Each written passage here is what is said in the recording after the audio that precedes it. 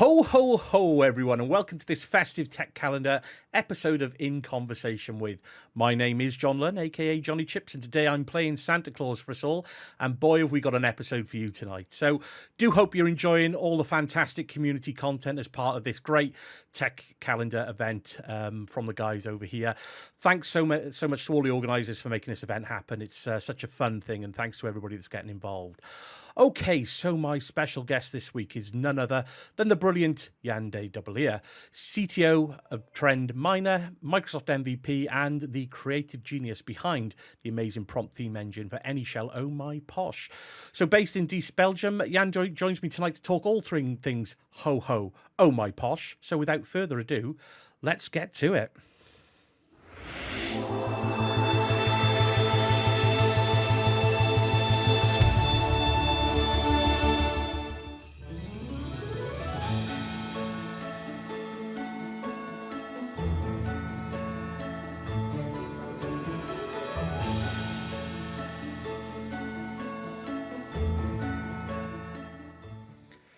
Hey Jan, how you doing? Thanks for joining me. Hey John, nice to be here. Thank you very much. Doing great. Oh, great. You still got your Santa hat on. I've just taken mine I off. do. I've come in from the snow, given that little introduction now. So we've got the glorious snow going behind us here, and we've got my my reindeer parked up alongside me, ready to give us a few songs, sing us a few Christmas carols as we go. Saw that one. Does it have a name? Rudolph. This is Rudolph. Look, he's got Oh, the red see, nose and everything. look at that. So yeah, he's my favourite reindeer. He leads the We're pack, all as they we're say. all perfectly in theme then. We Great. are. And speaking of themes, Jan, very well put there. We're here to talk about themes. But before we get into all that good stuff, for those people that don't know you, I want you to give yourself a little bit of an introduction now. Let us know who you are, what you've been up to, and we'll move on to what we're going to be doing in this session. All right, cool. So my name is Jan, as you all have heard. I am currently the CTO at Trend Miner, which is a company that provides advanced analytics in the process industry, and I basically manage quite a bit of people. What's interesting to know is originally I wasn't really in IT at all. My background is watchmaking initially. That's where I started. And because of a multitude of reasons, in the end, it turned out that it wasn't really interesting in order to get a career going, etc. It's a really interesting world, but not one where you can actually make enough money to really raise a family, which is weird, but that's what it is. So at one point in time, about 10 years ago, I decided to go back to school and become a developer analyst. That was the idea. I wanted to build Android applications. That was my goal, right? So, but everybody basically advised me to why not take a full-blown course, because IT is such a broad landscape. You have no idea what you want to be doing or will be doing in the end, which turned out to be a really good proposal. And I started out building Windows Phone apps. Okay, cool. That's where I ended, or at least where I started in doing open source Windows Phone development application for myself, which then landed me a job somewhere at a company as a Windows Phone developer. In the end, Windows Phone, as we all know, unfortunately, never really got to see the light of day in the end, or at least it didn't have the opportunity to grow into a rebellious teenager, but well, there we are. And then I just started moving into the managing people and teams direction. And that's where I still am today. No, awesome stuff, and it's great to hear really a bit of background, because I think you've become a little bit of a mini celebrity in the community over the last year or so, or certainly that I've noticed anyway. So, I mean, what are we going to talk about in this session today, Jan? Do you want to give us a little bit of a background to Oh My Posh, how Sure. it came to be, how you got involved with starting to develop that Sure. that service? That'd be cool. Sure. So I mentioned I was actually starting out as a Windows Phone developer in a company. Now, it turned out that company had a lot of Mac users and Unix users, like real power users. So you have to imagine all of these people living in the CLI. And I was there as a junior engineer, Windows developer, basically the only one in the room. I was a bit the weird kid of the bunch. So I saw all of these crazy terminals, things that people were using, and they all said, well, that's just not possible on Windows. And I don't like people telling me something isn't possible. So I did a lot of research and said, look, I can do this. I can actually figure this out, and I can build a prompt, or at least something that looks the same. That's how I got started. So I wanted to have the same look and feel without all of the bells and whistles, but just having that same experience from a CLI perspective would be really cool. So I started out from there. Originally, Oh My Posh was called PS Agnoster because it was based on just that theme. And I Okay. figured out, look, throughout the course of time, I could actually make it so that I could enable more themes, like Oh My ZSH does, basically. And that's when I rebranded it to Oh My Posh for PowerShell, basically. Sure. Put it out there, did quite a bit of open source development, got a lot of feedback from the community, and that's how it all got started. I left it alone for a little bit of time. I think, let's say about 3 years ago, I didn't touch it for about a year, and it started growing quite a bit. And at the same time, I figured, look, I really like building this, and I learned so much. Why can't I have the same prompt experience cross shell? Because it should be Sure. possible. I was in ZSH, I was working in Bash, I was working in PowerShell, I was working in all of the shells because they all have their specific advantage and disadvantage. So use the right tool for the job, just like programming languages. And that's when I started to work on V3, which we all know now, and that skyrocketed somehow, which is crazy. So V2 was already immensely popular. That repository still have 5,000 stars on GitHub. We had a lot of interaction with people. It learned me a lot of what was okay architectural wise, what wasn't okay. And I took all of that in V3 and started from scratch, wrote it in Go because I wanted something cross-platform, but also still accessible from a contribution perspective, especially looking at the world where it was in. It's the .NET world. Everybody knows C# and all of the languages that come with the platform, but Go wasn't really known, although it is still accessible if you wanted to get to know it, rather than, for example, Rust or another language that has the same advantages, but the learning curve is a lot higher. So I still wanted it to be accessible. That's how I actually ended up writing it in Go, putting on a beta, I think a year and a half ago, something like that, for 3. And it took off like crazy. And I never really Yeah. expected that to take off the way it did. V2 was kind of sort of already infamous a bit, Hmm. but 3 is on a whole other level. Gone through the roof. Yeah. Yes, No, it's and it's gone through kind the of, roof. Yeah. at the end of the day, this is, you've got people like myself. I mean, I'm not a traditional developer. I'm very much, an operations person, but, I do the odd few bits and pieces. And I'm kind of trying to get back into that little dev world. I did it at one point in time, but, certainly things like this make that command line experience a little bit more interesting, a little bit more interactive, a little bit more informative to those Yeah. that maybe haven't lived in that shell for, since day dot, and you've been a developer and you can code and type in your sleep sort of thing. For people like me, I can understand completely why that would have gone through the roof, because we're all kind of being pushed in that direction to a certain extent now, across the True. industry. And look, it makes your command line look really funky and cool as well. So why wouldn't you want to do it, Uh, it's good that you mentioned that, because in all honesty, the CLI or the command line interface is already something that a lot of people are afraid of it. They fear to Yeah. start it. They have no idea how to work with it. If you can make that experience a little bit better, and there are a lot of great examples out there like PoshGit and others who led the way, they paved the way for me, in all honesty. Yeah. But the goal is still, let's make that also an enjoyable and experience where you actually want to go to. Like Windows Terminal on Windows nowadays is it's a huge step from where we come from, looking at the Windows developer experience landscape. So Absolutely, absolutely. And I think what we've got, so in fact, should we jump on over to our machine now? So, sure. what are we going to be doing today? Yeah, yeah. And I tell you what, if we jump on over to the machine, we'll have a quick look around that Windows 11 machine, and then maybe we'll let our viewers know exactly what our intentions are. Okie dokie. So here's our Windows 11 machine, Jan. So one thing before we get into it that I just want to call out. I hope you don't mind me going into this a quick sec there, Jan, before we get into the goodness with Oh My Posh. As part of the Festive Tech Calendar, so everybody watching this video, as we all know, earlier on this year we lost, incredibly, brilliant person from our community in Abel Wang, and one of the charities that was very close to his heart was Girls Who Code. So the organisers of the Festive Tech Calendar event have set up this fundraising, this Just Giving page to donate to that charity. So, both myself and Jan, obviously, we're proud and privileged to be part of this event, and of course, we do anything we can to raise money for such a great cause, and in memory of Abel. So just wanted to get that in there. If you browse to either the _Cloud Family Twitter handle, or look at mine or Jan's Twitter, I'm sure we would have tweeted this out.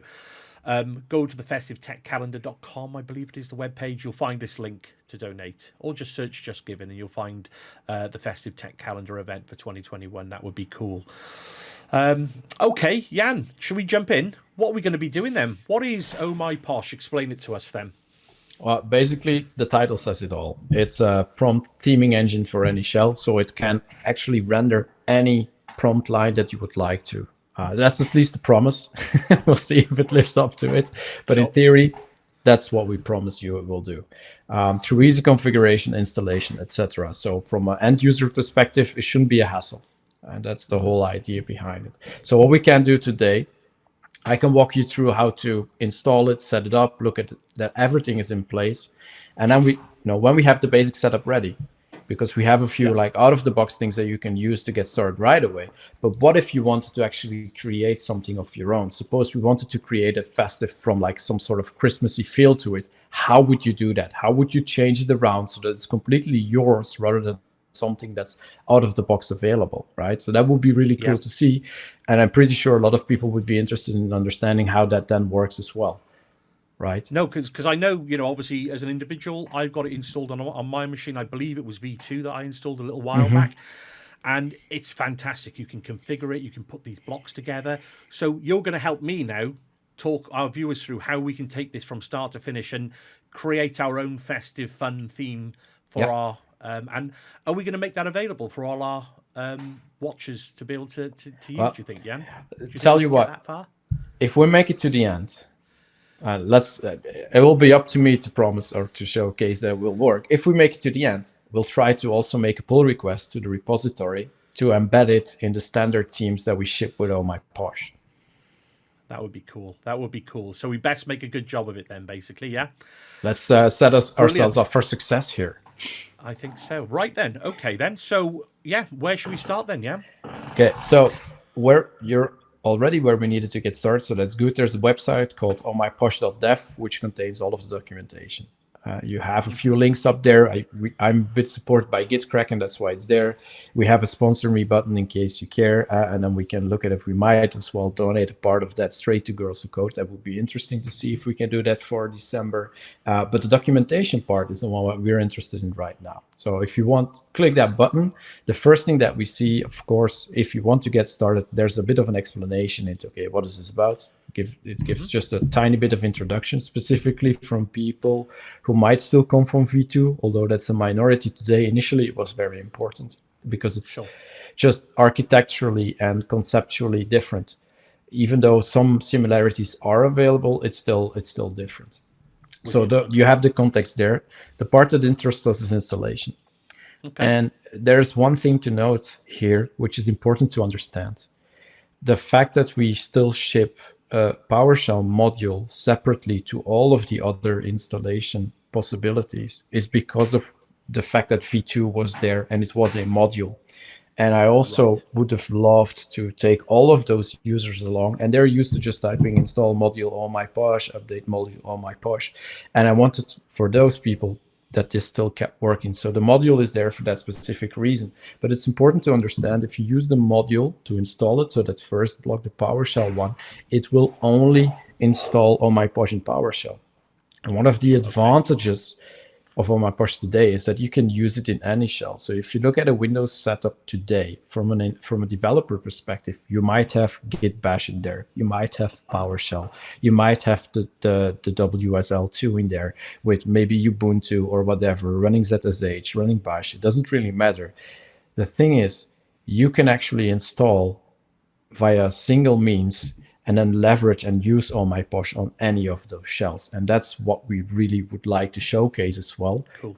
So you press the Windows link, and that's the one where we are interested in. So you can see we have 3 different types of installation: winget, Scoop, and Chocolati. For today, I would propose we go to Winget because it's really awesome to see that Microsoft now finally has its own native package manager for Windows. That's something a lot of people, and at least remember I said I started in that Unix environment initially. That's where Oh My Posh was born, or the idea was born. They always said that to me. Windows such a hassle to install things. Well, not anymore. Scoop was there already for quite a while, worked really well. Now we have Winget natively. The team is amazing, doing a great job. So I propose we just go for Winget and see if we can install it. So there's a command listed there, which you could actually simply copy paste. Yep, sure. So shall we fire up our Windows terminal then, Jan? Let's go. Fire that up. I mean, it's probably fair to say to our viewers that this is a brand new vanilla install of Windows 11.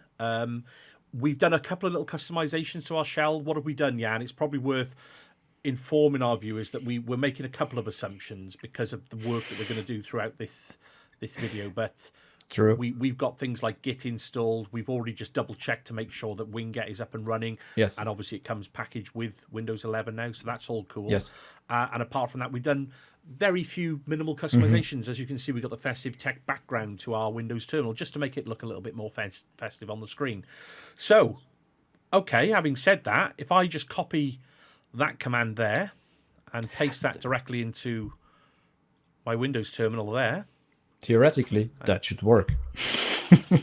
So there we go. It's downloading and it's installing. It's downloading now, actually. Yeah.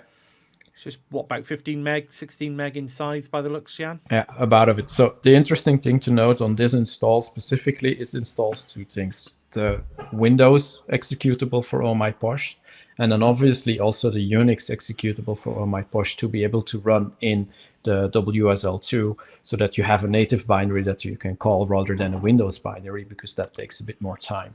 So we want to optimize all of that for your enjoyment. That's why we bundle both of them. Now, if things are done correctly, Oh My Posh should be also added to your pod. You might want to just spin up a new shell so that it gets all reloaded, and then we're good to go. If I shut this shell down and just spinning up again, there we go. Then we should be able to type Oh My Posh and see if it installed correctly, if it could find it Oh My Posh one word? Yeah. No, it's with the hyphens in between. There we go. See? There we go. Cool. It looks a bit wonky. Yeah, it's just pretty straightforward. I told you it was going to be straightforward. That's the whole experience should be enjoyable rather than painful. Now, you might notice something funny still if you look at the prompt line, right? You see all those squares in there? Sure. That means you don't yet have a fully empowered font. So what we need in order to render all of the glyphs which are in there, which we expect. So what's a glyph? What's a glyph? Can you explain what a glyph is to me? So a glyph is just a specific icon packed in a font. That's at least how I always call it. And usually they reference that's a glyph, but it's just an icon. Could be a Christmas tree, could be an arrow, could be anything basically. So they call these Powerline patched fonts because it comes from that whole Powerline font idea where you have all of these arrows showing a nice prompt line. There is a really good repository which contains a ton of Powerline patched fonts with additional icons, so additional glyphs for any use case. It's called Nerd Fonts. We could have a look at the website to see what's available. Yeah, well, I can jump onto that website. So basically what you're saying then is we've not yet got a font installed on our machine that's capable of supporting what these little boxes are trying to display in there. Correct. Okay, so we need that power line, and like you say, they're going to give icons that are effectively like normal ASCII keys, I guess, but just in a higher range that aren't available with standard font packs. I'm with you. Yeah, right. Exactly. So if we head over to that Nerd Fonts website, then you said that there's a bit of a cheat sheet. Where do we go from here then, Jan? Well, the first thing we might want to do is just download the right font, and then we can use the cheat. So if you go to downloads, you can actually also see previews of specific fonts. It does not really matter which one you use, and theoretically, that's also interesting to know.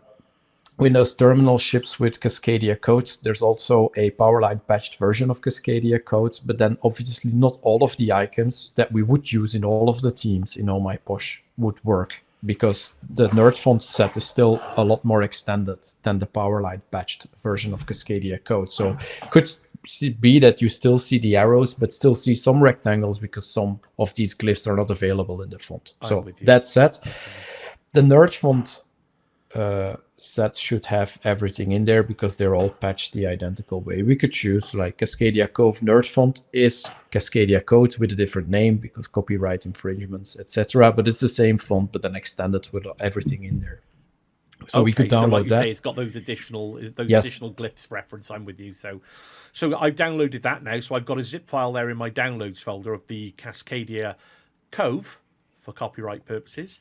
There I've got that zip file with a bunch of fonts in there. So do you want to talk me through, or have you documented this on the web page, Jan? What's the easiest thing, do you think? There was one caveat with some users, but in theory, I think most people can just double click them, install, and it should work. If not, there is a way to install these fonts as an admin user to make them available system-wide. I think that was one of the issues. And then Windows Terminal, I don't know if it's still an issue, but before you had trouble actually rendering it. But let's just give it a go. Let's see if we can install it. If not, then we go to the FAQ. We walk you through how we can help you troubleshoot that issue, and then we get going from there. Should we just click them one at a time and install all of them, yeah? Yeah. So install. That's done. I've never really known the complete and the mono. Usually I don't take the mono ones, but that's because they can act a bit weird. Not all of them, some of them do. Depends on the font sometimes, I guess. So now that we have this one, we need to get the right name, and then we can also reference it in Windows Terminal to set it correctly. But I think now we have a drop-down in Windows Terminal as of one of the latest versions, where we could actually just select it. Okay. So there's my Cascadia Cove, all the different versions of that. I've got 3. I'm sure I installed the 4, but I'm sure. Let's get started with those. It should work. It's not an issue if one of them is missing, as long as we have one. Cool. So that's our font downloaded and installed. Did we want to? Is there a way that we can check that now, Jan, before we go and check the glyphs, do you think? We can check Windows Terminal and see if we could actually change the font to the one that we wanted to use. So if we go to the settings, if I'm not mistaken, there should be a appearance tab somewhere. So I think don't know appearance. I'm using my PowerShell. So text, color scheme, font face, Cascadia mono. And there we go. We've got my Cascadia Cove nerd font there. So if I select, let's select that one. That one there. So that's our Powerline font with those extended glyphs then. Yes, correctly. We can press save and see. Save that. And if we close that. And there we go. Look at that. That looks a lot better, right? That's starting to look a little bit more healthy. You're right. Yeah, absolutely. Okay. See, so this is a good start. Got like the rounded edges. We've got the diagonal, the diamond type shapes in there, the folders. They're all those glyphs that we were talking about, yeah? Correct, yes. So now you can see all of those pretty things rather than have silly rectangles in your terminal. We could maybe have a look at, just for informational purposes to everybody so they're aware, there is a nice page where you can search or view all of the icons which are available in the font set, including their reference, so how you would use it. So if you go one page back here, there is the icons with the search icon. There you go. You could, for example, press show all icons, and then you can see the whole list, but it's rather extensive. So there's something for everything. Files, IDEs. And I'm right in thinking, sorry, Jan, I'm right in thinking this is the code that we're looking for here. Yes, correctly. That's the one. Right. Okay. So, for the purposes of this video, we're trying to make this festive theme. Could we do a search for, I don't know, maybe a snowman? Let's try it. Oh, wow, there you go. A snowman.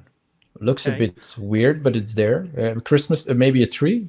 Would there be a pine tree in there somewhere? Tree. If I do a search, look at that. Nice. So there's a bit of everything. Okay. So yeah, bit of a food for thought as to what we could maybe do later on when we're trying to customize our own theme. Then. Yeah. Cool. So Okay, so where are we now then? So in terms of what we just done, we've got the font installed, we've got that set up in our terminal, we can see the Yep. glyphs. Is it worth us just understanding? Have you got any like pre-built-in themes? Because obviously we've got one We there do. straight out the box that we can see the nice pastel colors there. How would we use Oh My Posh? You know, have you got that kind of built-in repository of themes that we can kind of have a little look through? Yes, we can. There is actually a really good page in the documentation that lists all of the themes that we ship by default, which are available. In the PowerShell module, these come pre-packaged. Here as well, they are available. In the Winget install, we also install the themes, so they are on your system. But maybe we could have a look. If you go to the theme stuff, like scroll on the sidebar, there's the themes section. There's a preview of all of the themes here, where you could just scroll through it, see what you like, what's possible. So you can see single line themes, multiple line themes where as part of the prompt is on the left hand, the other one is on the right hand side. There's a lot you can do. But maybe before we jump into this specifically and already select one theme to get started from, maybe it's a good idea to walk through how it's all built. And then we can select the one we like and see if we can also customize that. So sounds good to me. We have a section called configuration, which I actually just fully reconfigured for the purpose of this conversation with you, John, because I noticed it's not structured really well, and I really wanted to do a better job.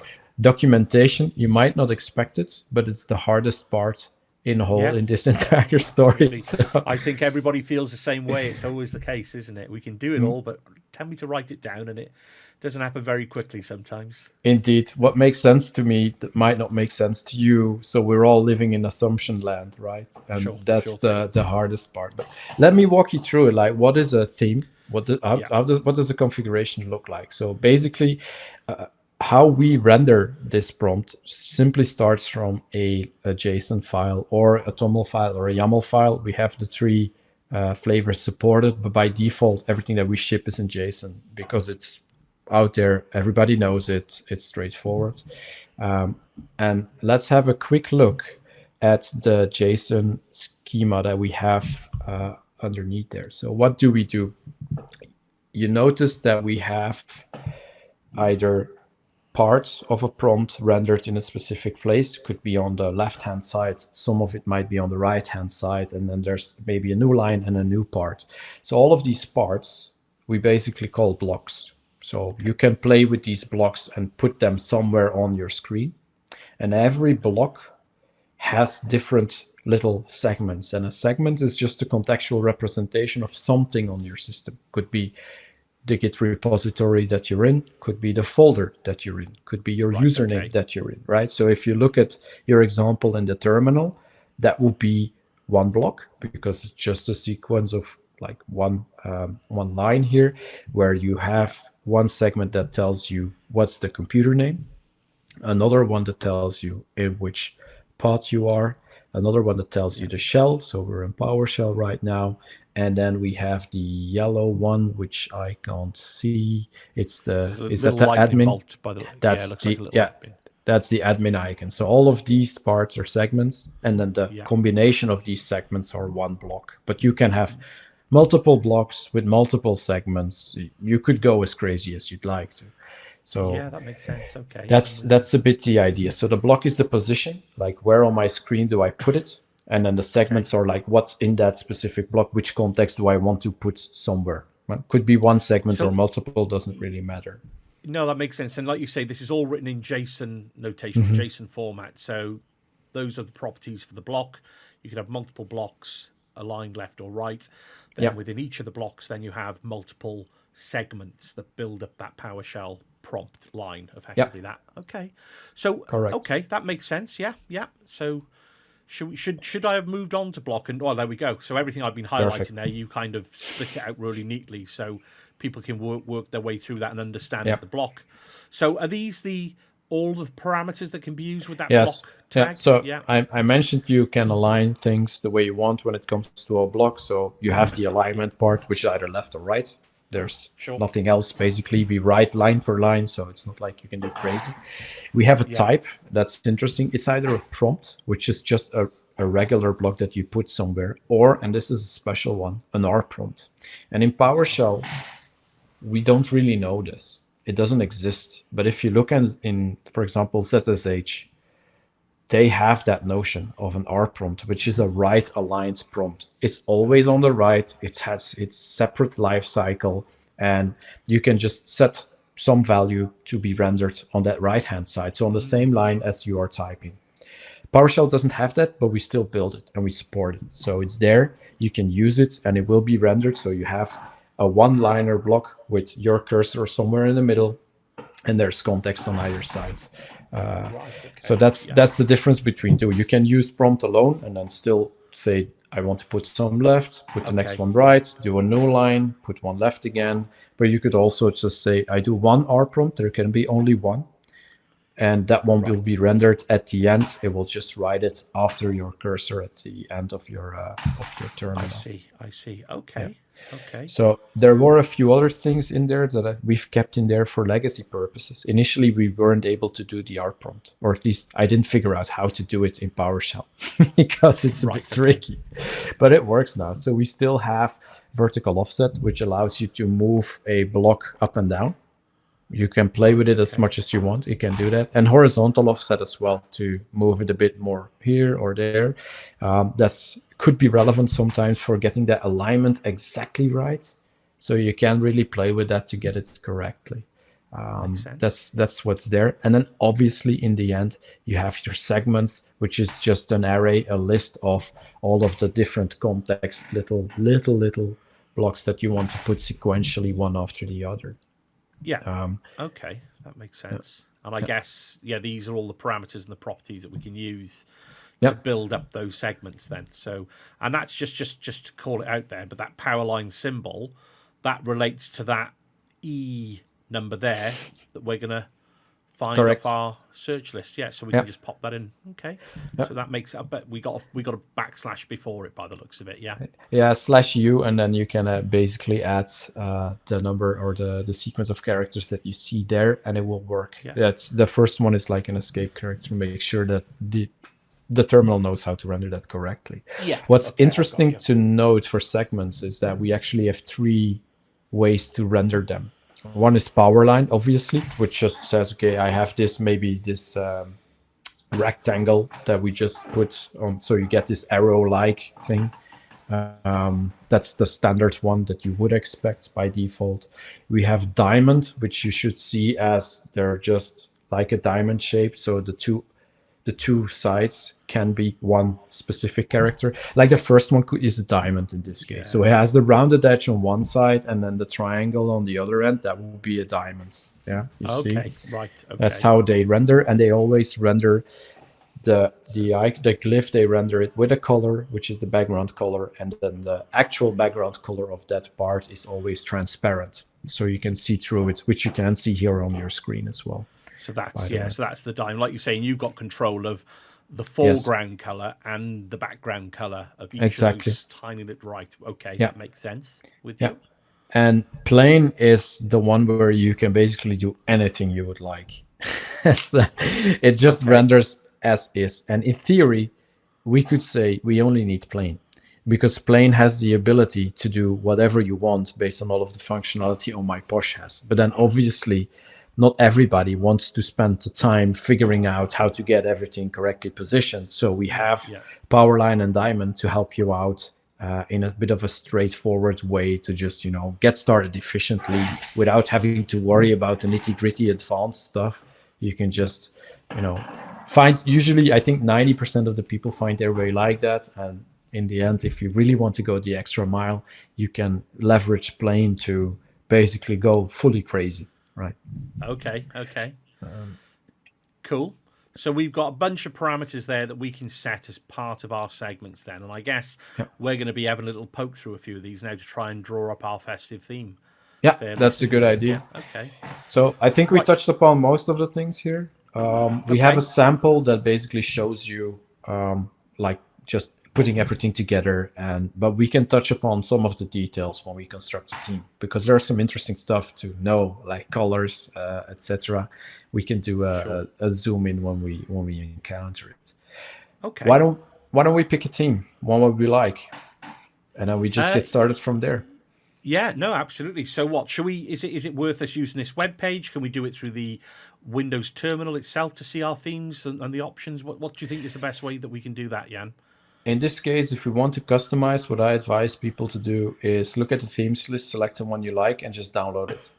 That's the easiest, because we're going to customize anyway. If you use things out of the box, you can set it right away. That will work, but then obviously you don't get to neatly customize this. And we get a lot of questions on then how to do that. So if we look at themes, I looked at the first one on top because that looks like a really nice candidate. It already looks really neat. If you click the link, you basically go straight to the source, so you can actually see the whole layout of the file. There you go. Yeah. So what we can do, for example, now is let's simply copy paste this. So get the raw value or download it and put it somewhere that we can find it again. Or we open Visual Studio Code and we edit it from there. Could also work. Yeah, should we go into VS Code, do you think? So let's do it. Let's go to the best editor in the world. Absolutely, absolutely. So if I create myself a new file in there now,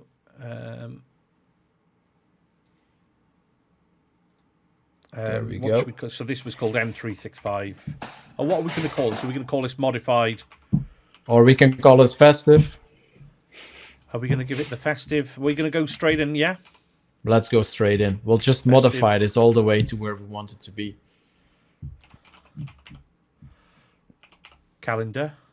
Dot. Is there any particular naming convention we need to give this file now, Jan? Yeah, so what we do is we do .omp.json, because if you do it that way, Visual Studio Code can also help you out, at least from a maintainer perspective. That was what we'll do. What's interesting to see is that if you look at this file, or at least the content that you can copy and then paste, at the top there is something interesting, but I'll let you have your way with this part. Okay, scroll all the way to the top. You can see there's a schema. And that's interesting because there's a schema that we keep up to date for all of the properties that you could set. And in Visual Studio Code, it knows these things, and it can also validate your configuration based on the schema. So if I did my job right, and all of the people who contribute, still will be on me anyway, this should always be in sync. And this can also help you just build up, like, okay, what specific property can I set here? What do we have here? And we try to really keep it up to date so that if you do a segment, that it knows it's this segment, so we have this at your disposal. It's that segment, so then this subset is available. So if anybody notices a bug, feel free to file a bug report and we'll fix it, but in theory it should be there. So that's what a schema is for, so we can validate everything. You can see we have one block here, I think, not more. If we and then obviously it's aligned to the left. That's where you would expect it. So we have the prompt aligned left, and then a few segments. So the first one is session, which is diamond, and it's there. The first thing we do before we get started, obviously it would be cool if we could see what we are changing and maybe already see this nice little configuration live in our PowerShell environment. So what we do for that first, let's first go back to the terminal and open our profile in from PowerShell. So we have Visual Studio Code, so we could type code, and then to open the profile, we have $profile. So code. So code space profile. Yeah, that's how we usually edit it. Press enter. There we go. So empty profile. Nice. So everybody can see we didn't play with this. We weren't prepared. It's actually empty. Let's go back to the documentation website from Oh My Posh. And we have, scroll to the top on installation. There's one part we missed because we got way too excited. We went in head first and we missed a few items. So click the Windows button again. And you can actually scroll down to Okay, that's nice. You can see how to list all of the themes. That's a cool trick too, by the way. There's a PowerShell snippet that you could use to also render the themes inside your terminal so you could see them. But what we want to do specifically is replace our existing prompt. So if we click replace your there we go. You're already there. You beat me to it. You can see that when you click PowerShell, so where are we available today? PowerShell, command prompt, ZSH, bash, fish, and new shell is also possible. We have all of those shells. For all of those shells, we can basically render a prompt. So we can copy paste this directly. We only need to change one thing, obviously. So it's just this entire line we're copying now. Yeah. Or you could also press the copy button, and then we basically we will add that to our profile. What this does, and I'll let you know. So it calls the Oh My Posh executable, which we installed via winget, gives it a few parameters. So it says init, please initialize my shell. It specifies which shell we have. In this case, it's PowerShell, right? And we also have a configuration. Now, we made our own configuration. So what we need to do, if we want to show that one, is copy paste the part of the configuration we just had. Now, you can right click the theme that we actually, or the configuration we created, and it says copy file location. There we go. Copy the full path. That's the best one. Otherwise, we're always referencing the one from the editor here. Okay, so we go one step back, John. Yeah. And copy paste. Right click on the theme file. The theme one, yeah, and select copy path, not the relative one. Yes, perfect.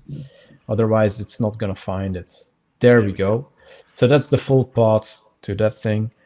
Let's see if it picks it up. So if we just save that now, so we do a Control and S for save on our profile, and in theory, if we start a new one or load the profile, we could also dot source the profile, or we restart. So that's the point then, Jan. So, is there any way of re-invoking the profile now through an open shell? Yeah, you could write dot space profile again, and then with the $ profile. Yeah, that should work.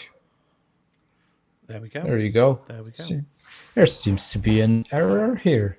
Interesting. Unable to open config. But it's using it's still save with the.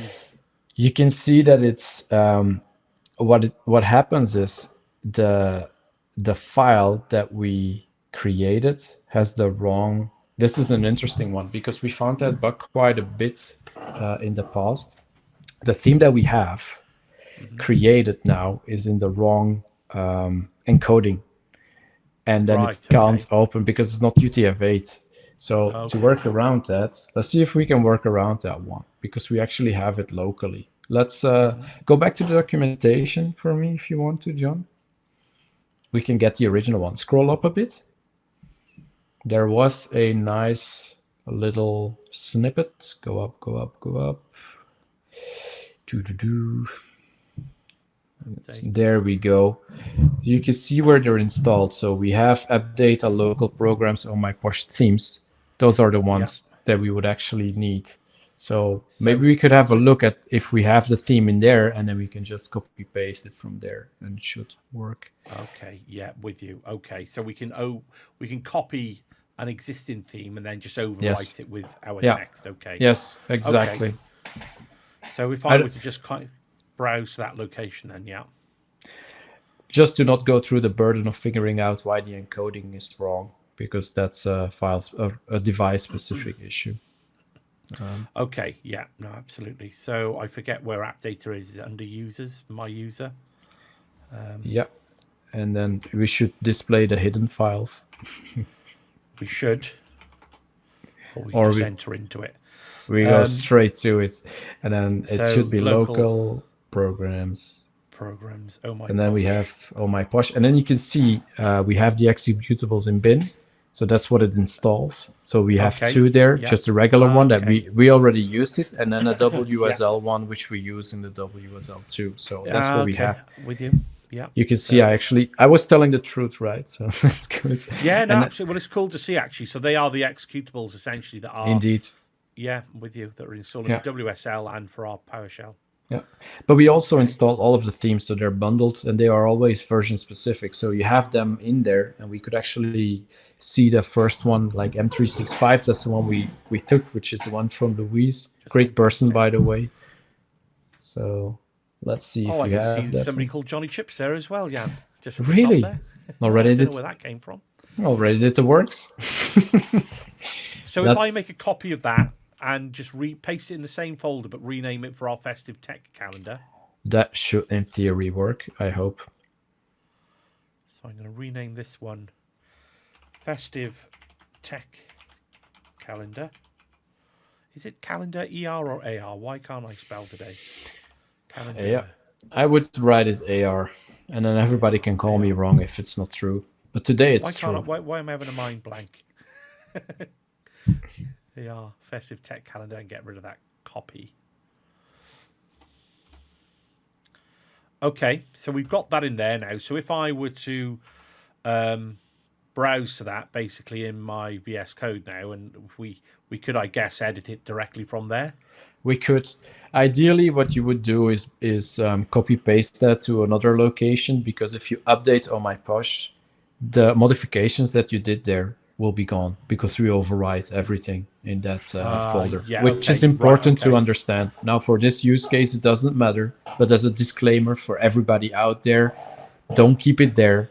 Move it to either your home folder or documents, wherever you would like. Ideally, not a system or a network drive, because then we need to go over the wire every time, which is another bug we found quite often with people. So keep it local. Well, there we go. I'm going to paste that in there. I'm going to get rid of my ER. Let's see screaming. Let's see if this one works.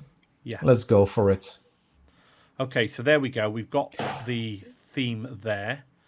But obviously, like you say, then we need to. Well, in theory, I guess that profile now should still remain true because I just made a copy of that file. If the name is still the same, did we do the ER or the AR? That's true. We did Haha. the AR. See, these are all things that need to be checked, and we save that.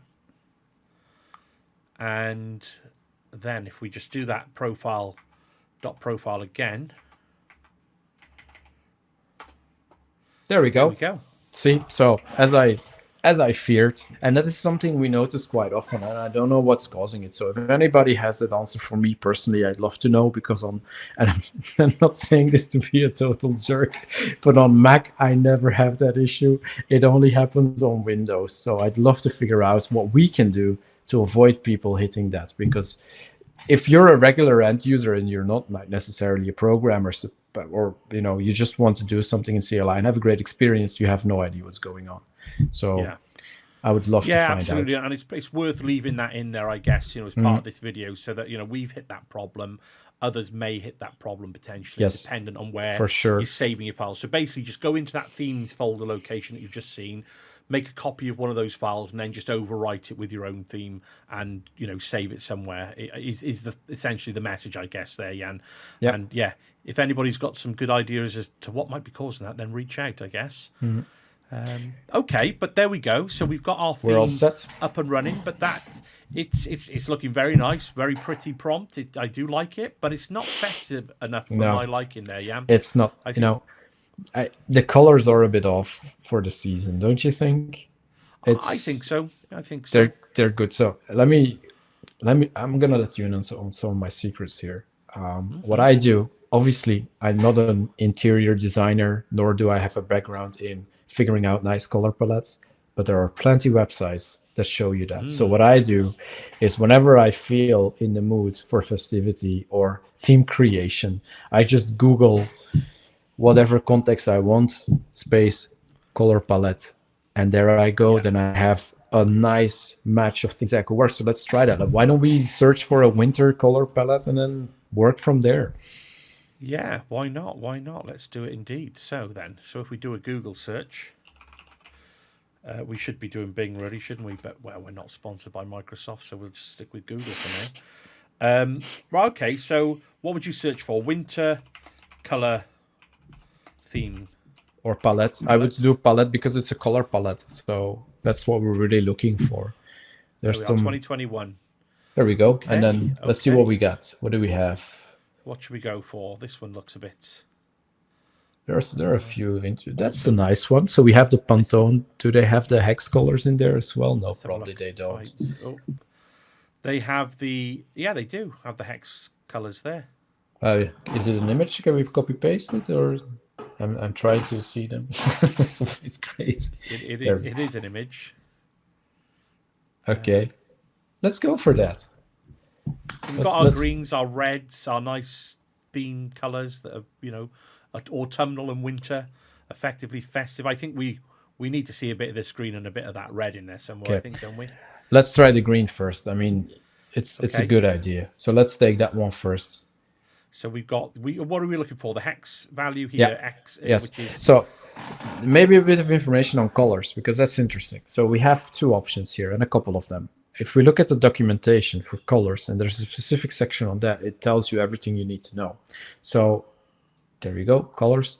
So we have hex colors. That's basically the default. Why is that? Because it allows you to use the full color spectrum in your terminal. They can all support that. It's all out there. Now, traditionally, where we come from, and a lot of people, especially on Windows, are still used to that, is the 16 ANSI color names, like red, light, red, blue, light blue, etc. Yeah. That's also still supported.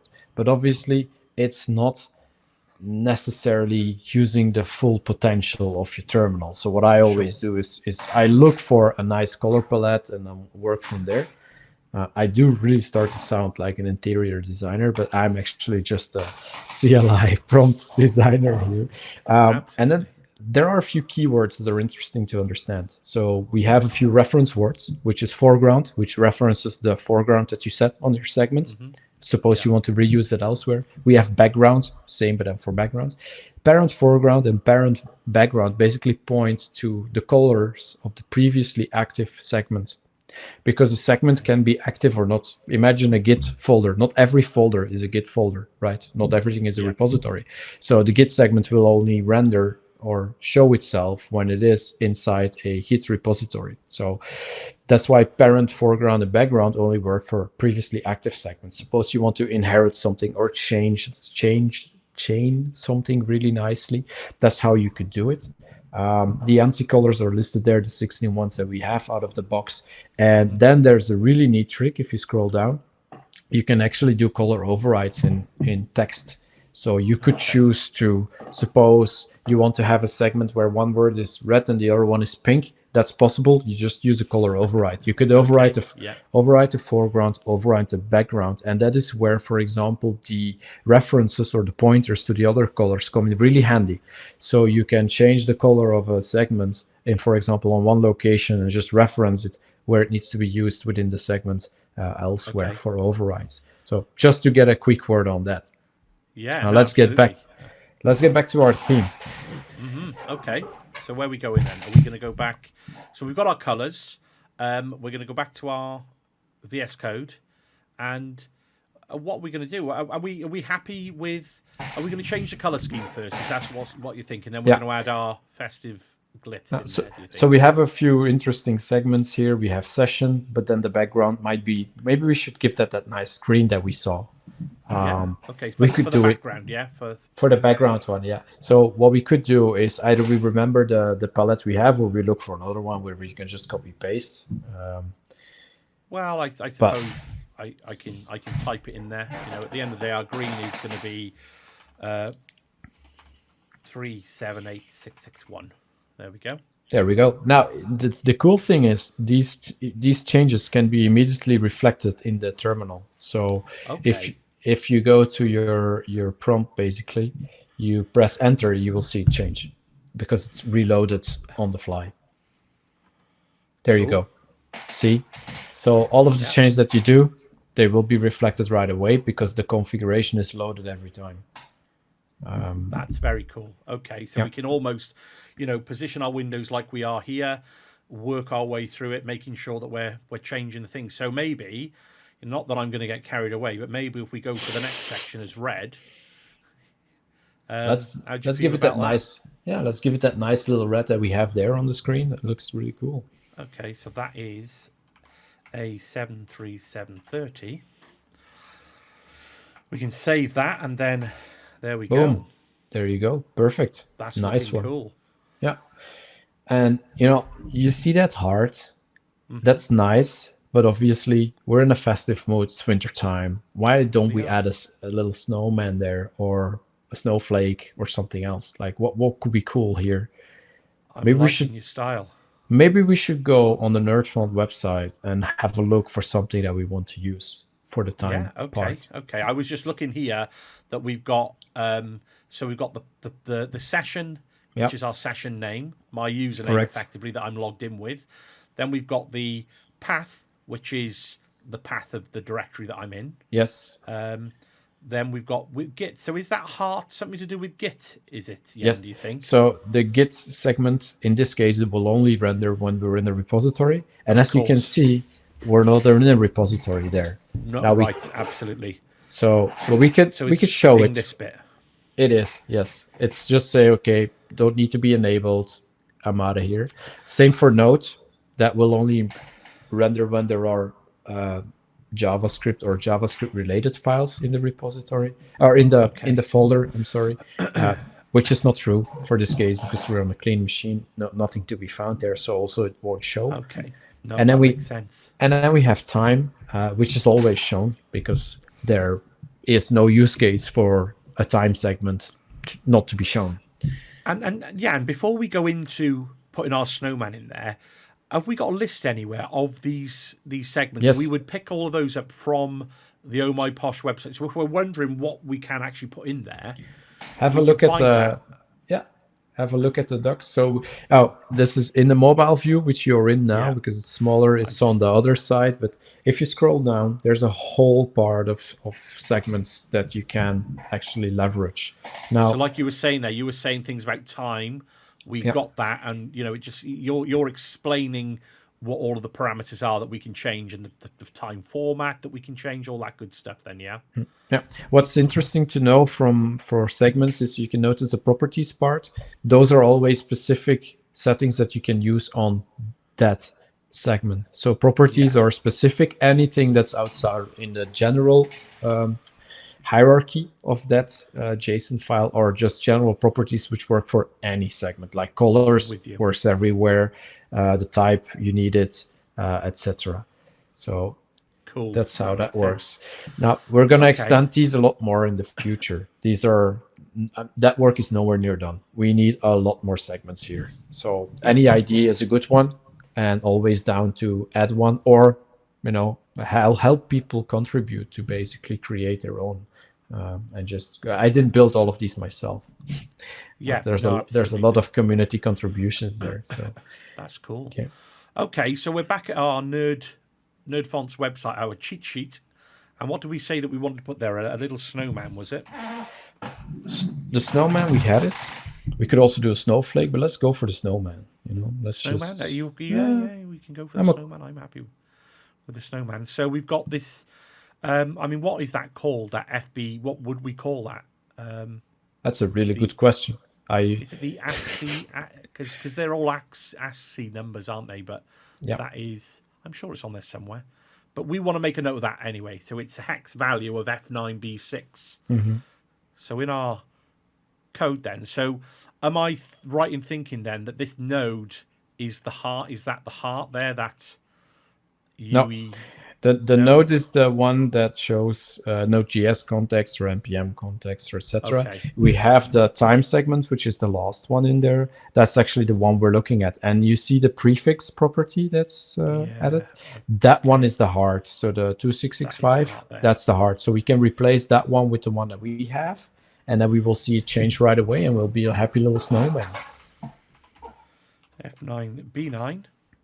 Now, if we reload or at least press enter again in our terminal, we should see that happy little Oh, snowman. Look at that. it's not a snowman. Have I got the right? Have I got the right number? Or maybe they patched it wrong and it's incorrect, but I'll show you a neat trick. Yeah. Oh, F9B6. No, it's mine. It's user error as always. So it helps if you get the right code. So we're talking about it. So F9B6. Let's see if we now have a snowman. We've We got our do. snowman. We've got our That's snowman. amazing. Absolutely That's pretty brilliant. cool. Yeah. What we could also do now, the background color is also not very like a snowman. I would expect like maybe another shade of blue here. Okay. Yeah. So maybe we could also tweak that a little bit. Have a look at our color palette, what we have, or we could. Yeah, you would always go back to your color palette, would you? And if I can find it there, so we got a nice blue. This looks nice. This like gunmetal blue here. I like that. Let's do it. Let's use that one. So the foreground for our snowman, we're going to make 667 E91. So it's like a slate blue color. Back up we go. Oh, I did well. Okay, I did the foreground, but maybe I needed to do. Put that I was back to white.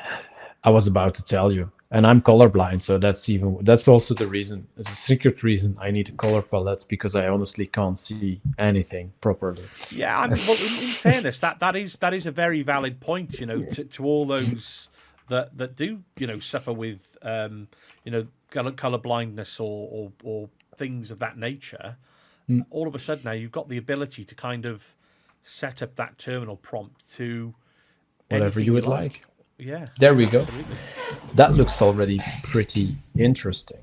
So it's looking good. It's looking good. I think we need a few more sections in there, and I think we certainly need at least a Christmas tree and an icicle in there somehow. I like the Christmas tree idea. Now, what we could do, like, if you look at this prompt right now and pressing enter, there's a lot of information on your screen that might not be relevant going forward, right? So there's this cool little feature that we have. If you go to the documentation, we have something called transient prompt. There you go. Which all it does, and it's rather simple. There's a GIF that one of the contributors added, is traditionally you will always see the same prompt being rendered again. But if you scroll down, you will see the behavior of transient. So you press enter, and it actually replaces your previous prompt with a new one that you defined, which is a shorter one. What if we add a snowman there? Or no, a snowflake or a Christmas tree? Let's add a Christmas tree.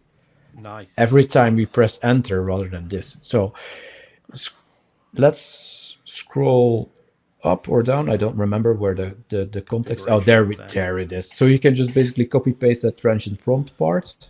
So just the that one there. Section. Okay. And let's add that to our theme. So scroll down. We can either add it to the top or to the bottom as long as it's not in a block. That's the. So does it need to be outside of the block? Does it? Yes. So yeah. By there. There's perfect. So we added there. So you just need to add a colon still. Colon or. The comma. The comma. Yes, sorry. There you go. So we have that one in there. There's one thing we need to do additionally. Okay. Out of the box, this does not work. So if you would go to your terminal now, you press enter, you won't see anything change. That is because this needs some additional computational power, or at least we need to tell PowerShell to reload the previous prompt when we press enter. Right? It's a little bit of a trick, but it really works well. Yeah. So if you go back to the documentation, you can see what you need to add to your profile to then enable this. So enable the feature. It has that. That's the function we need to add after we call, or at least we first added the invocation line. So we told Oh My Posh to, hijack my prompt, make it pretty. And then underneath that line, we can add the enable. Do we just put it as a new line, do we? Yeah, it's just a new line. Yeah, that's it. That's all you need to do. And then you can also reload your profile, and it should pick it up from there. So I've saved the profile there, and if I just do that .profile, hopefully, there we go. There you go. Something I noticed, and this is a weird bug. This is expected behavior, although I don't know why it happens. If you reload the shell, just start a new tab here. or Oh, restart the sorry, yeah, I'll terminal. just restart It's it. okay. Yeah. That won't happen again. Okay. So So we now caught that press. little bug. So it's just a quick restart of the terminal. So in theory now, if we Yeah, so we're see just entering. now it works perfectly. I have no idea Yeah. why it does that. To be honest, it's No, well, again, it's nice to hide. These things. There are bugs. These things happen, and at the end of the day, a way around it is cool. So that's, but brilliant. it will never happen again. I don't know. It only happens when you reload it in line, then it acts weird. And sometimes when you edit the transient prompt, it also happens, but restarting and it's gone forever. So Sure. we now only have the shell in there. We can make it pretty. So Yeah. what I Okay. have, I actually did a bit of preparation there. Let's go for it. We have the ability to show here how crazy you can go with the colors, because we want it to be at least a bit in line with what we have.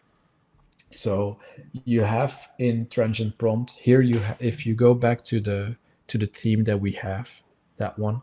So you notice that in the terminal, we notice shell and then the large than symbol. It's that PowerShell. That dot shell is the pointer to PowerShell in this case. If you were to run this on any other shell, it would just take that name. But in this case, we're on PowerShell. Now we want to change that to maybe get a snowman, play a bit with colors.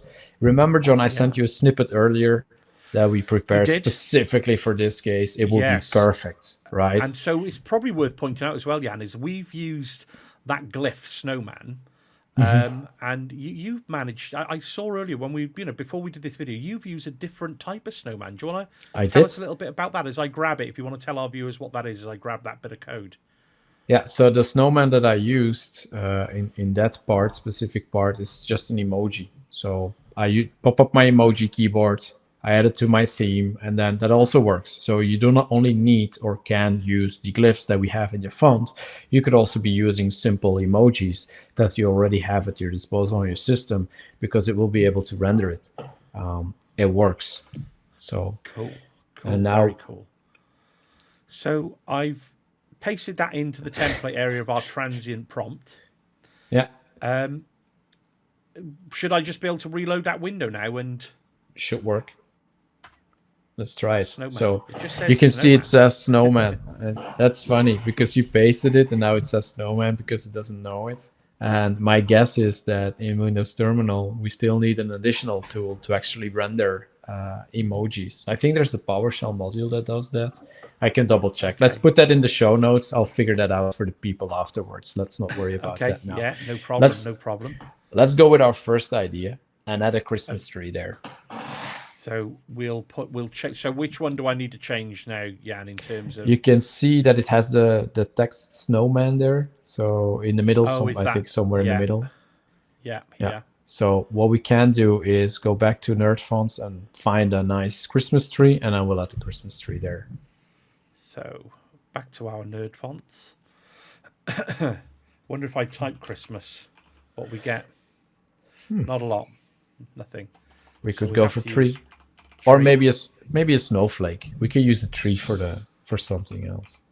Snowflake. Let's go for a snowflake. Nice. That one looks nice. That looks perfect. F2DC. Happy with that one? Sounds like a great name. So /U F2DC. What's interesting to know, you can write it all in lowercase. It doesn't really matter. It's not case sensitive when it comes to these glyphs. So to be honest, I was trying to keep it case sensitive, but I failed at that. But there we go. But it's not case sensitive. Okay. Let's see if it actually reloads everything, and then we now have a snowflake rather than snowman. There we go. We do. We do. Are snowflakes black though? It is black. It would be better white, wouldn't it? Right. Let's change that. Okay.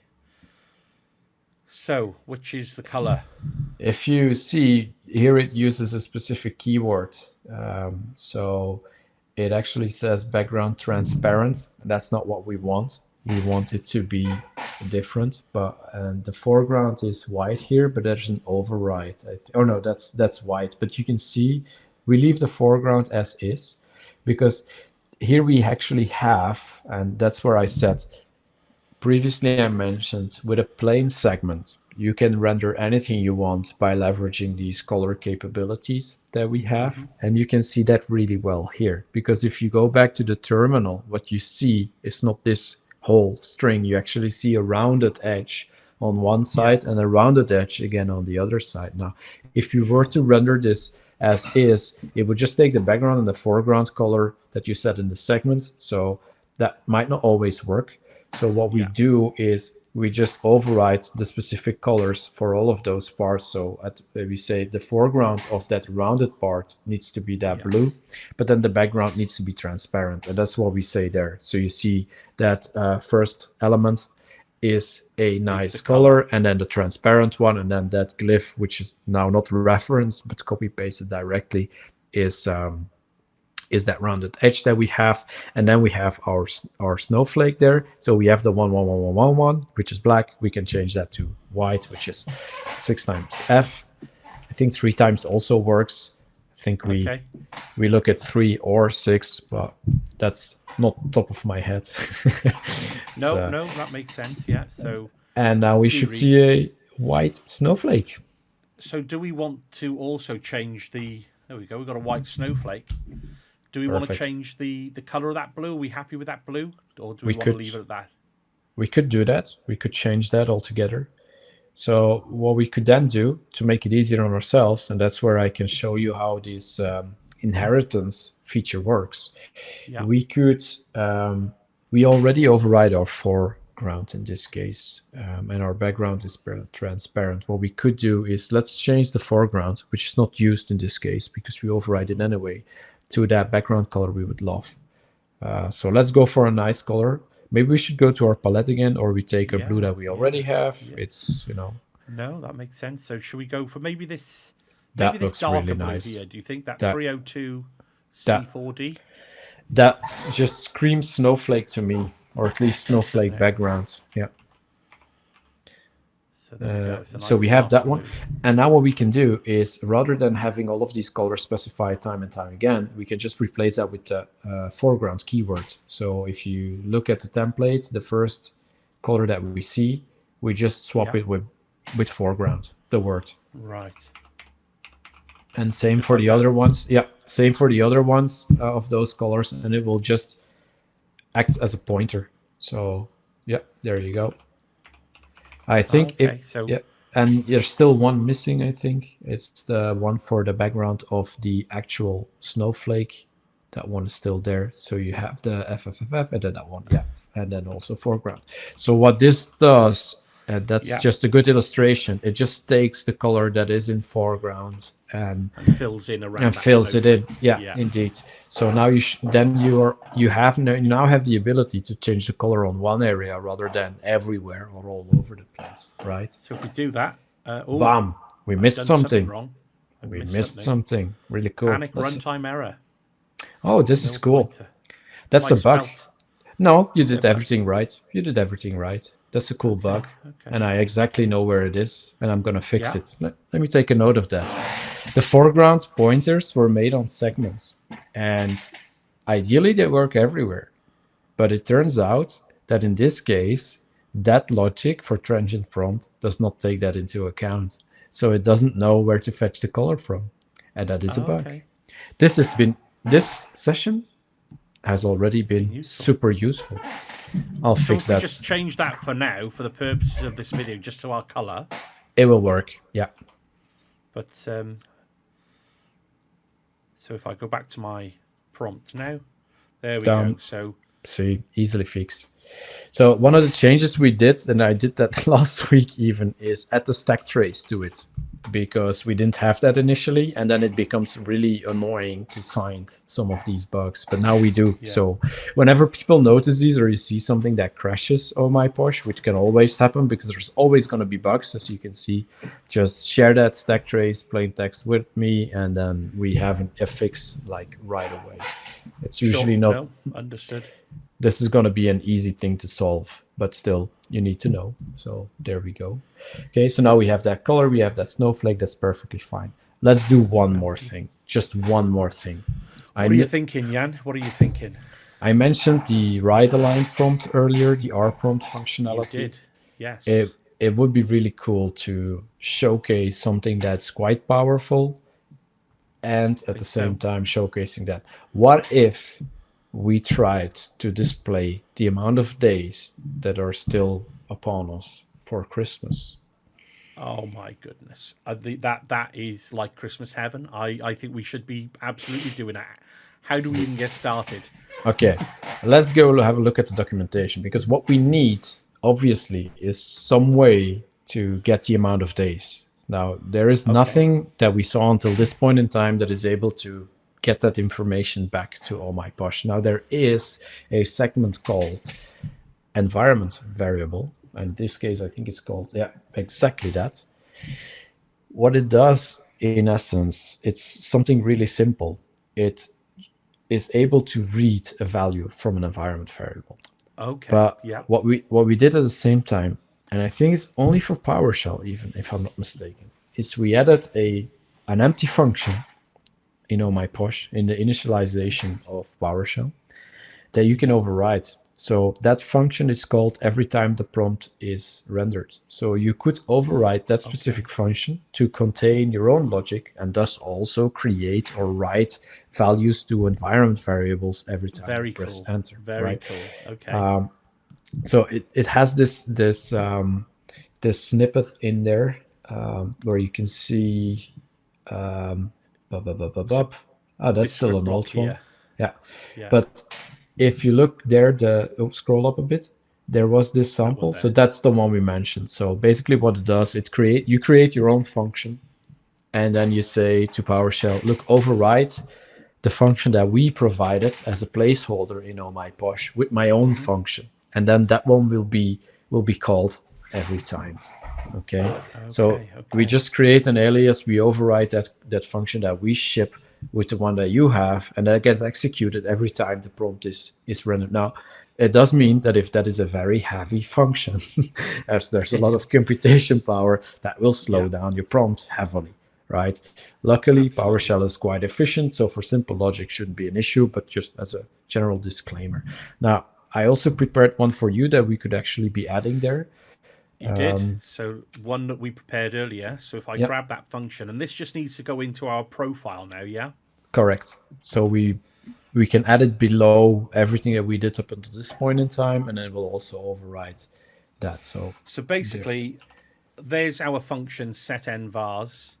It's picking the date and time, holding that in a variable called now. It's then calculating the days Yeah, to Christmas and subtracting that from today. So we should end up with a number of days until the big day itself. I like yeah. it. But That's a very neat feature. Yeah, very cool. it is, and it's a not well-known feature, so it's useful to understand or to at least be aware of, because sometimes there is a use case that we don't yet have out of the box, but leveraging this allows you to visualize something that otherwise would not be there. So just putting it out there, that function is available; it's not going away. So So, yeah, no, it makes sense. So now we've got that, and that'll load in our profile, and that'll declare that variable that we now yeah, need to call in and show in that R prompt yeah. block. So So, we okay, already have that one prepared as well, just to we get do. the conversation going. So it's another block with a segment that is that M4 one, and it should be in there. Like there, you can see it. So you copy paste everything, also the brackets of the. Down to there, I think, So is it? yeah, Yeah. and actually one on top still, but we could still type it if we wanted to. Okay, so I want that curly bracket there as well, Yeah, do I? yes, you do. And are those, is that everything? We could check for if the syntax isn't correct. Oh My Posh won't render it, and it will just Yeah. fail and Okay. tell you why it failed. So do we So need that outside, below our transient prompt that segment here?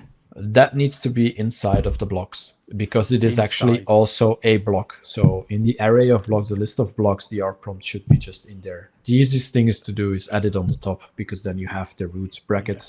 That's the downside of PowerShell sometimes. If you have a lot of hierarchy, it becomes really challenging at the end. But just add it to the Inside that, beginning. yeah, inside that first square block. Yeah, so So if, there, yeah, yeah. indeed. And then maybe add the Cool. comma I've got at the bottom. Yeah, there, perfect. There you go. cool. Now, what I did here, I also added a Christmas tree emoji, and you can see it doesn't really work. It says Christmas tree rather than the emoji. So let's look up. Okay. Let's pick that Christmas tree from Nerd Fonts. Let's try to take that one. Let's find that tree. So, tree. Oh, I Looks think. What do you think? I think this one looks quite Christmassy to me. that is the perfect tree for me. I Yeah, think so. So we're going to go for that F1BB. that I can remember. So \u F. F1BB. There we go. So if you look at this template, and the templates are actually pretty cool because you can, and we try, now bear with me, I'm currently rewriting or adding that functionality to all of the segments, and that takes quite a bit of time. Yeah. It is something I did not know existed initially, and got to know it over the course of time. And what I did is I'm now extending all of the segments to actually have that capability, meaning that you could play with all of the variables in the context of a segment. And for Git, trust me, that's a whole lot. But you can actually place them as you would like, rather than we or Oh My Posh would format it for you specifically. Okay, So I'm with you. that means you have all of the freedom there, right? That's the goal. So it can be as flexible, as extensible as we would like it to be. So in this case, it will render the Christmas tree. It will take the value from that environment variable that we set. In this case, it's called days. And then we'll say days till Christmas. Now, if it is Christmas, we know that we need to either drop off the S, which is also possible, because we could actually say if the value is equal to or larger than 0, print the S, otherwise print nothing. Also possible. We can go full-blown crazy here. That's where the templates have a lot of power, but the documentation contains a link to all of that information, right? Yeah, and I guess, that's obviously for the remainder of the year, it's going to show a minus figure, I guess. But then when it goes into the following year, we're then going to get, I guess the logic there is what's going to happen. So it'll be... I'm going to be honest with you, John. I didn't unit test the function. I just copy-pasted it from the web. I mean, Santa wouldn't be too happy about that, Jan. But, I think we can forgive that one for now, I think, yeah? It's true. I'll make sure to fix that before Christmas. Making sure I have something waiting for me under the tree. That would be really, really a pity. But I'll do my best. Point taken. Okay, so we have the function set. So as you can see, we wrote our own function, and then all we do is calculate the days until Christmas. That's what we do here. And then we override the function that Oh My Posh provides, which in this case is called set posh context. We always prefix our functions with posh. That was one of the learnings from V2, by the way, because initially you start out with very general names for functions, but then obviously that clashes with others. I think the terminal icons, that one, we clashed with that one with V2, which is really annoying. So this fixes that. And we basically override then that function with the one that we have created here, set envars, which shall populate our shell with that environment variables called days, which we then fetch in our theme or in our configuration and show it. So let's have a look at the terminal, see if we can... Very cool. Very, very cool. So we've saved that now. We've just saved our profile. We've added that function. We've got that override there. So if I reload the terminal... There we go. How many days do we have? Oh, let me enter down. Oh. Do you know why that happens? I'll explain it to you. Our prompt is made so that it doesn't come in your face when there's not enough room in the terminal. Okay. So is it because I zoomed in too far, do you think? Yeah, and then it hides itself to give you the room to type. Otherwise, it will even end up overriding the other prompt. So we have this, and it's a guesstimate, right? So what we do is specifically for PowerShell, actually only for PowerShell, because it doesn't come with a native write prompt functionality. We need to tell it to hide if there's not enough breathing room. So we calculate that on the fly, and that's what you see. So, but that's a very, very good point, though, Jan. So if people are zoomed in quite big, like I was, well, actually, it's still showing, but I get a take. We there go you too go. far. There we go. Now it's gone. So it's disappeared. Yeah. If I come out a little bit more, actually, I have to zoom back in quite a distance for it to show up again. Yes. There we go. You have no idea how challenging it was to calculate the right width of your terminal. No, In, I'm sure these things aren't.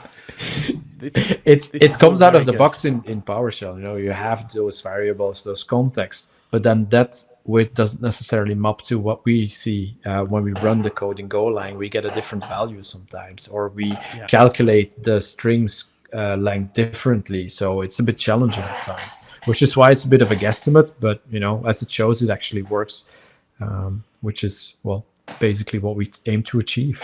So now we have an R prompt, so that's on the same line, which is interesting because it keeps the prompt rather lightweight, and you still see some of the context that you would like on the right hand side. That's what it does. So single line, pretty prompt, small context in the past. That's what we have with our little snowflake, and we are good to go. It's starting to build up now. So where are we, Jan? We've got, like you say, we've got that. It's for the sake of this video is going out. This is the 3rd of December day, so it's not 39 days. It's actually only 22 days till Christmas. So we should overdub that. Or we have a bug in the code, right? Yeah, maybe. Oh, do you know what? That's what we should do. Yeah. He's just for the sake of getting this right, Jan. Now minus 22. No, how many days is it? What are we on then? 39. So what's that? 17 days. Yeah. I mean, just to humour me for a second, Jan. I think the minus 17 would come at the end, but let's give it a shot. Do you think it's going to be? Yeah, I think so. Yeah. Oh, of course. Yeah. Now minus 17 plus snow year. That's of course days. Yeah, after days, and then you're good to go. Because days is the integer here. Yes, of course. Yeah. Now, what you need to do if you change this, I think you need to also reload your shell, because otherwise it will still have the old function loaded from the profile. That's not hot reloaded. Yep. There we go. 22 days till Christmas, Jan. Perfect. Well done. The future. That's I feel like Marty McFly now.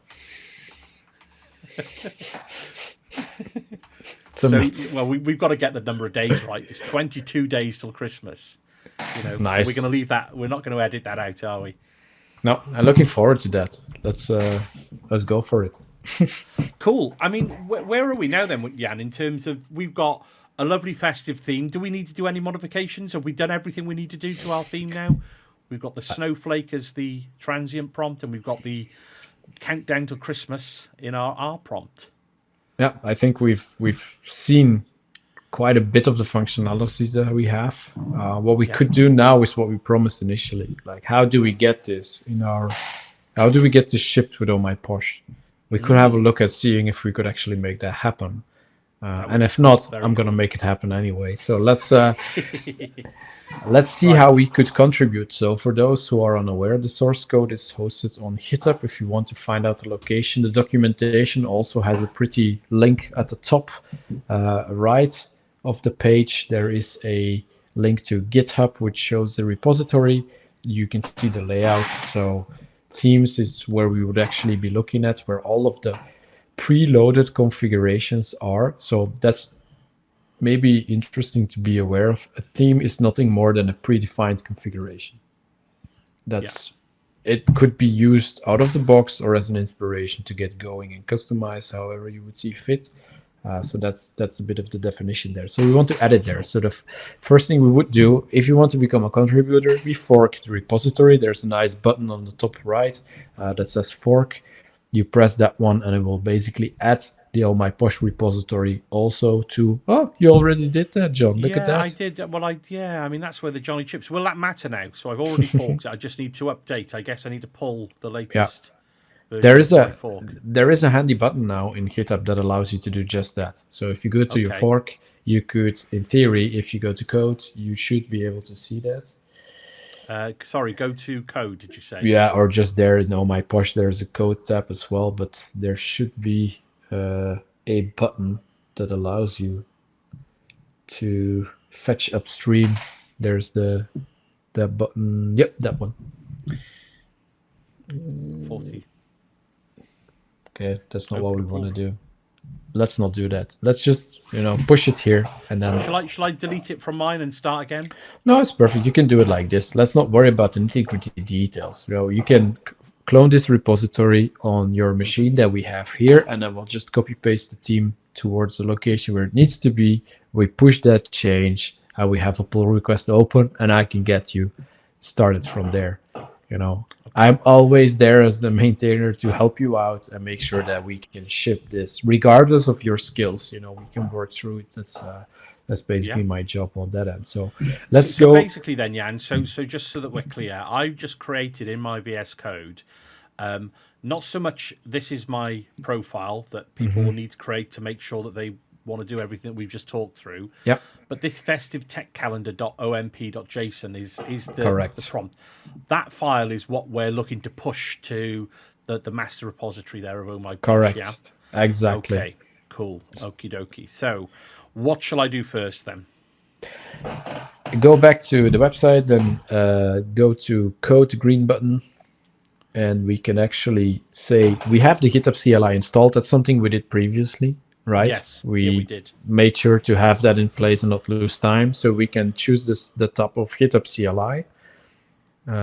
So you're on HTTPS now, yeah, that one. Just copy that line, execute that in the terminal because we have authenticated it already. It's all there. And then we will basically have it in there. There we go. Now, might be cool to see if we can get the Git prompt to also show up if you cd in Oh My Posh now. So cd space Oh My Posh. Oh, you're still, luckily it's not case sensitive. There we go. So you can see we also have our Git segment in there. We might want to adjust the color still, but let's do that in the pull request and not now. I'll point you through it. Usually I have a look at that, and then I get this sorted out together. So now we're in the repository. The only thing we would need to do is move the theme file that you created or we created together to the themes folder of Oh My Posh. Then it's there. We can create a commit, we push it, and we should be ready to create a pull request. So maybe we can do it. I think we can do that from Visual Studio Code. Are we in the folder or we're in the root? No, we're in the root. Where we are. Yeah, I think we might be in the root. Yeah. So either you use PowerShell to copy paste it back and forth, or you open your Explorer and you copy paste it to where it needs to be. Whatever works. I mean. Yeah. Where was I? So there's my file. Yeah. Then right. Just copy that, and I think we cloned. What? Well, no. I've used Windows 11 like once. I was looking for copy, but it's up here as a button now. Cool. Okay. Windows 11 is really a leap forward in terms of experience. That's and I think you added it to your user folder, so that should be users and then Festive Tech probably. There should be Oh My Posh. There it is.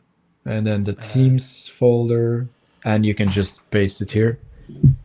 There it is. It should be there. Now, if we go back to the terminal, and we are actually in that folder. So if we type git status, it should show us that we added one file.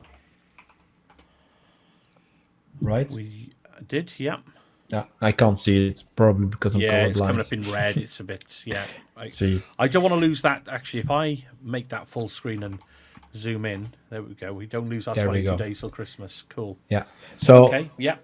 A quick trick or easy addition: if you type git space add space dot, it will add anything that we added to the repository that is new or modified, whatever. It just picks up every change, so we can do that. So say that again. Sorry, Jan. Git space add space dot, just the dot. Dot.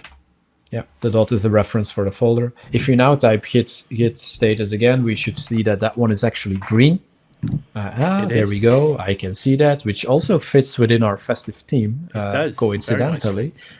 So, yeah, interesting. The handler is wrong. Let's basically add it. So we can just now create a commit. So we type git space commit space -m for a message space, and then we open a quote and we say theme with all lower cases. I'll explain to Yeah. you why that matters. And then is it colon? What, comma or colon? No, colon. Yeah. And then we can do space, and we say at festive tech, lowercase at.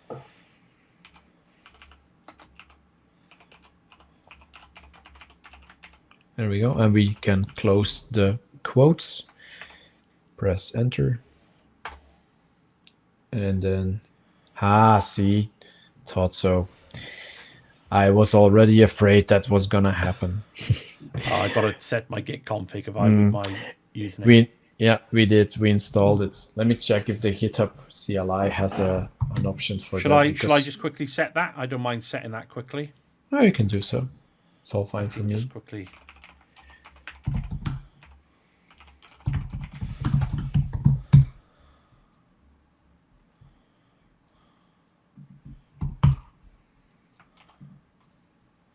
So I'm just setting my name and email for Git. There we go. And then if I call that again, there we go. One file change, 93 insertions. Nice. Okay. Can we do a git push here as well, if we wanted to?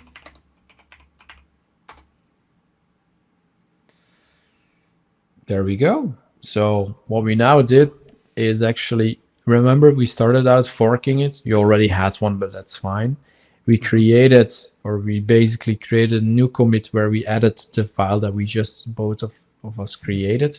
And now we push that to your repository, which has nothing to do with Oh My Posh, but they are linked in a way. So what GitHub does with forks, it creates some sort of a link. So now we can see the difference and create a pull request. Okay, so in my repo then we should have that Festive Tech Calendar should hopefully be there. That should there be. It is at the top. There.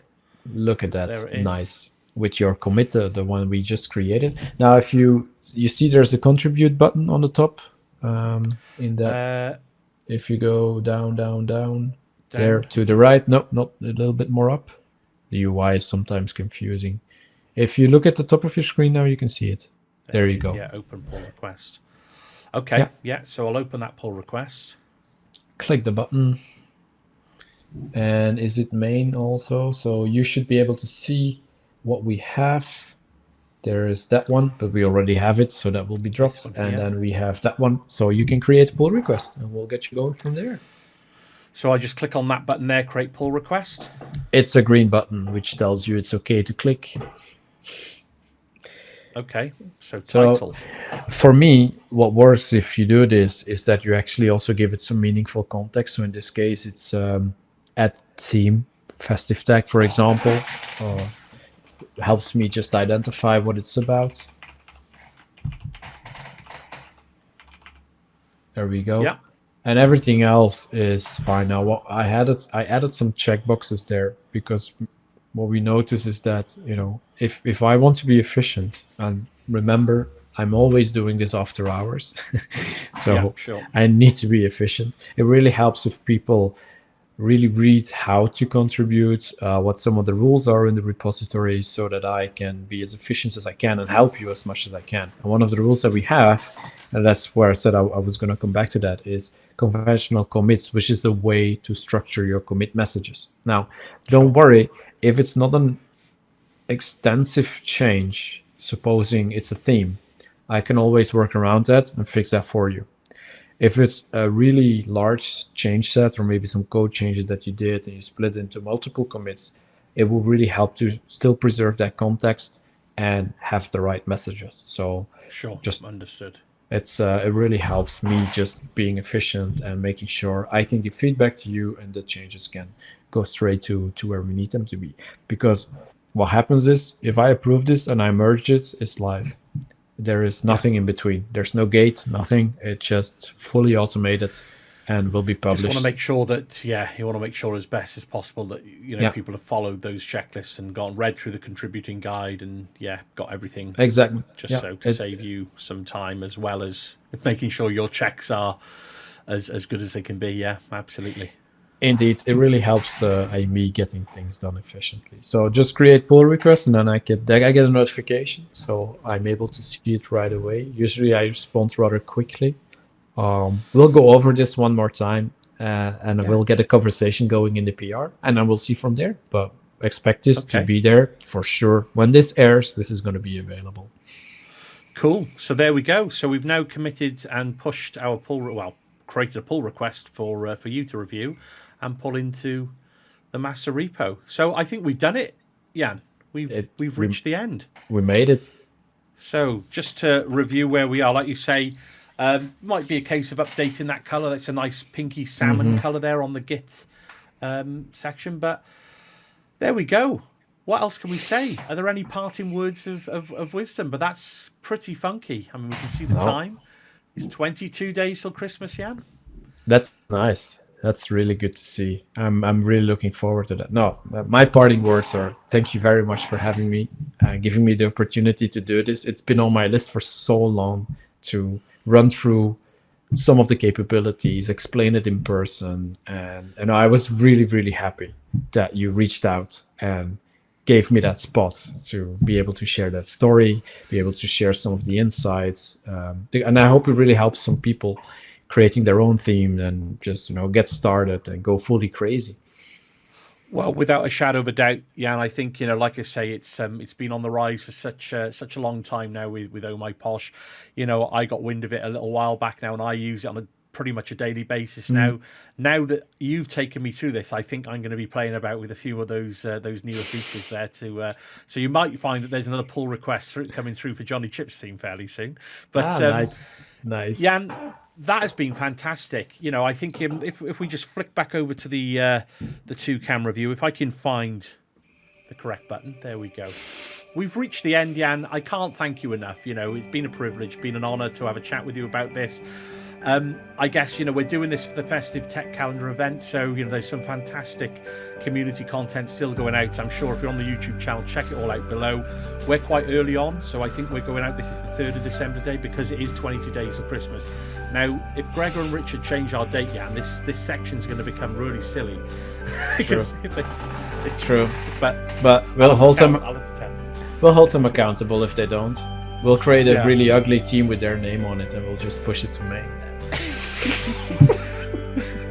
But no, this has been fantastic. I mean, I think it probably leaves me, all that we say is wish everybody that's viewing this, a very festive, happy season, whatever it is that you celebrate. For me personally, it's Christmas. Really looking forward to the season. I wish all the best to you, Jan. It's been a great, hour and a half or so now that we've been running through this. I've got no doubt everybody in the community is going to get a lot out of this, as I have running through with it. I think it probably leaves me to say, have a happy Christmas yourself, Jan, and no doubt. Likewise. Thank you very much. Fairly soon. For sure. All right. Thanks a lot, Jan. Bye. Talk soon. Cheers, then. Bye.